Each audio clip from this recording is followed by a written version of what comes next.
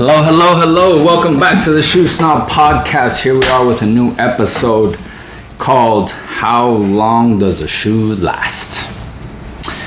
This is my favorite question that I get. Mainly because it's funny that people even ask it, because there is no answer. It's how long is a piece of string? Well, where did you cut it?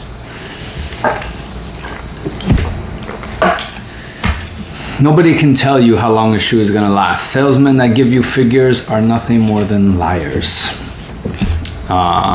Especially when they tell you a lifetime. And that's not to say that a shoe can't.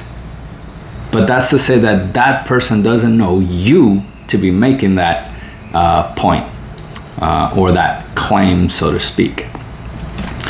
So, well, we can at least attempt to use some common sense to create a timeline structure on how long shoes should last.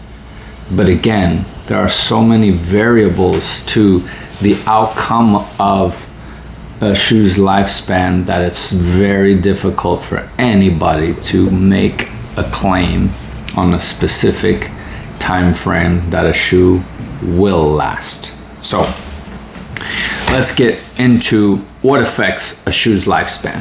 First and foremost, the obvious answer, the obvious affecting point, I'm losing the words that I'm trying to say, but the number one thing that affects a shoe's lifespan is how many pairs you have of them. So, do you have one pair? One pair is not going to last long. Again, I use a famous story because I was astonished when I saw it, but I've seen a gentleman destroy a pair of Graziano Girlings within 6 months. Destroy! To the point where I don't even think you could resole them. They were deformed, destroyed. But this person walked daily 10 to 15 miles in whatever weather was out that day, with no rest. Were there shoe trees? I don't know. Probably not when I look at them. I just don't see the shoe trees were used because they were deformed, destroyed. Now, Graziano Girling, that's a hard-wearing, well-made pair of shoes. Nobody would think they're only going to last 6 months, but nobody would think that you would wear the same shoe through rain, sleet, snow, sunshine, wind, everything. 10 to 15 miles a day either. I don't know why anybody would think a pair of shoes would last through all of that. Shoes are not diamonds. They're not indestructible. Shoes, I don't know. They can be, I don't want to say sensitive, but they can be destroyed easily. It really just depends on the variable. So, the more shoes you have, the exponential growth of lifespan they will all have, each pair added. From 1 to 2, you've just greatly expanded the life of both. From 2 to 3, even more. 3 to 4, now you're really talking. 4 to 5, you're getting to the point where 5 pairs of shoes could last you 20 plus years with resoles, obviously. Past 5 and you're sailing. It's when you actually let shoes break in time. Let's just assume a guy wears a pair each, Monday through Friday. Let's just talk about the typical work week here. Pair worn on Monday technically gets till next Monday to rest. So even if that shoe was worn through,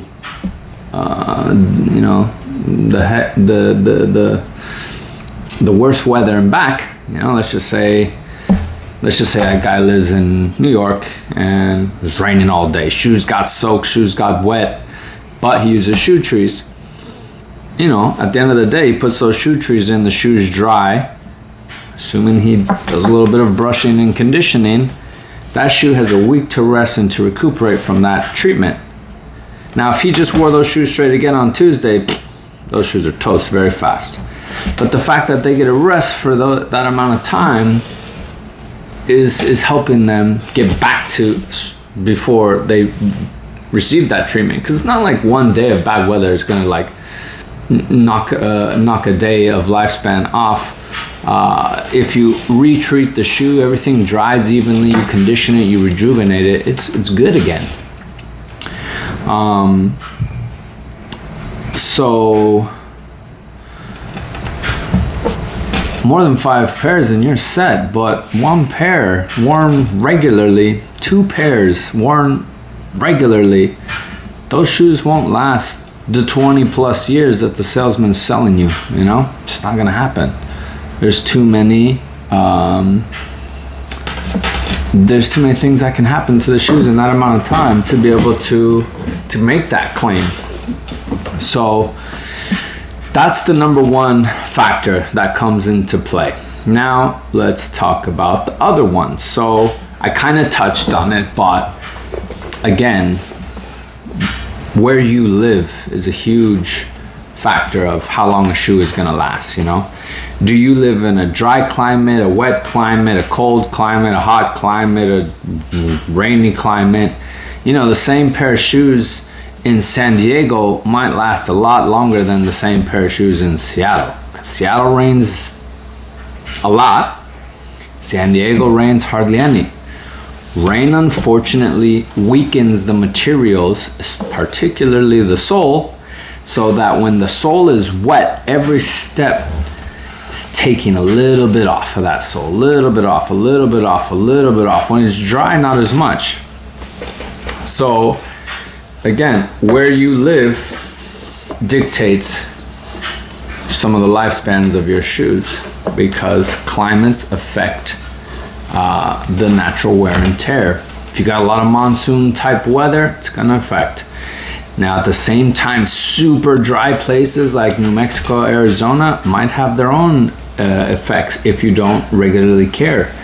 You know, the rain is bad for the sole, but the extreme heat can be bad for the upper, because once the upper cracks, that shoe's as good as done, really. Soles can be replaced. Another thing is, we're going through the different things that affect the shoe's lifespan. So you got how many pairs you have what kind of climate do you live in. Next, and for me, it's so obvious, is what kind of city do you live in? Are you, or what is your commute like, more should I say? Do you walk to work, i.e. do you commute on foot, i.e.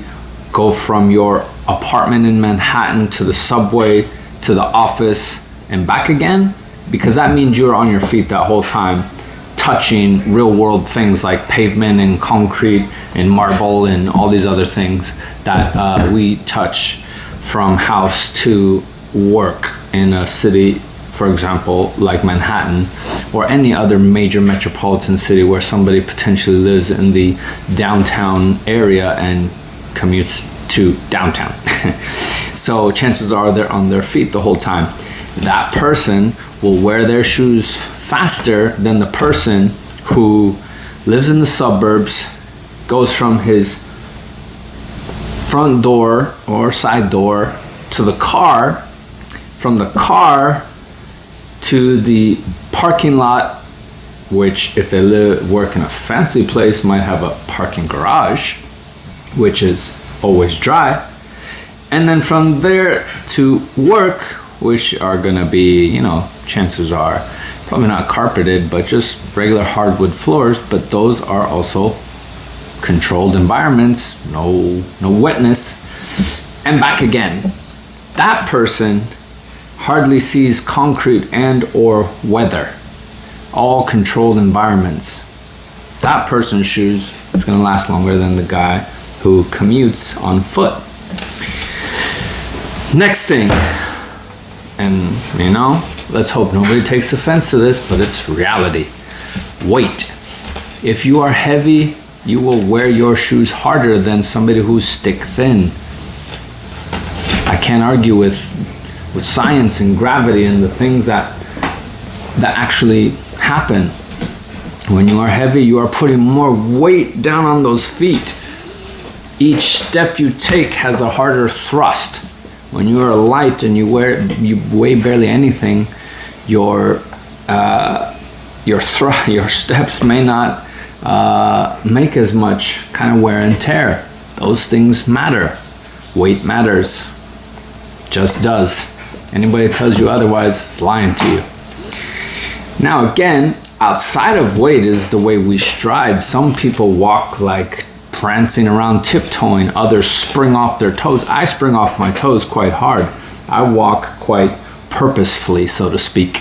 Not just kind of, step by step, very slow. I walk hard. So I put toe taps on my shoes so I don't wear the fronts down.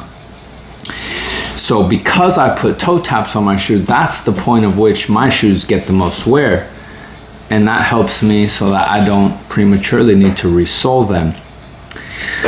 So all these things come into play when trying to figure out how long will your shoes last. So again, a pair of shoes can last as little as 6 months up to 20 plus years. Now, the more you have of those shoes, the more chances all of them are going to last 20 plus years. If you just buy pair by pair by pair and destroy them, you will spend far more money than you will buying multiple pairs up front, making a larger initial investment and gaining way more through the life of the shoes at the end. You'll save yourself thousands of dollars. So yeah, how long does a pair of shoes last? The real answer is up to you. Nobody can give it to you. You have to be the one that answers that by deciding what kind of investment you want to make straight away. If you buy 3 to 4 pairs one year and then 3 to 4 pairs the next year, you're set. Those shoes are going to last you a long time, to the point where you could pass them to your children. But if you're just buying 1 or 2 and you're regularly just buying, well, not regularly, but buying 1 or 2 and letting them wear out, your shoes won't last long and you'll constantly be spending a lot more money. So again, it's a pointless question to ask. And just because a shoe costs $1,000 doesn't mean it's going to last longer than a shoe that costs $500. And you know what's funnier than anything? Cheap synthetic shoes probably last longer than well-made, handmade dress shoes. These synthetic materials are built to last. But you know what they're not built for? To look good, to feel good. They're built just to be durable, because they have polyurethane soles that don't wear out so easily. But once they wear out, they're toast. You don't resole them. They don't feel good. They don't look good. They don't give you anything outside of artificial cushion. That's what you like. Hey, I can't argue with that. Nobody's to tell somebody else what they should like or shouldn't. But asking that question and trying to compare it against your Echo shoes, how long a G&G is going to last, because it's a dumb question, a dumb comparison. I'm sorry. Shoes are going to last as long as you allow them to last by the care that you give them and the amount of shoes you have and rotate and how you treat them. And if you care for them, i.e. condition them, polish them, use shoe trees, etc., etc., etc. No salesman can give you that answer. So don't ask that question, because you're only going to get a lie.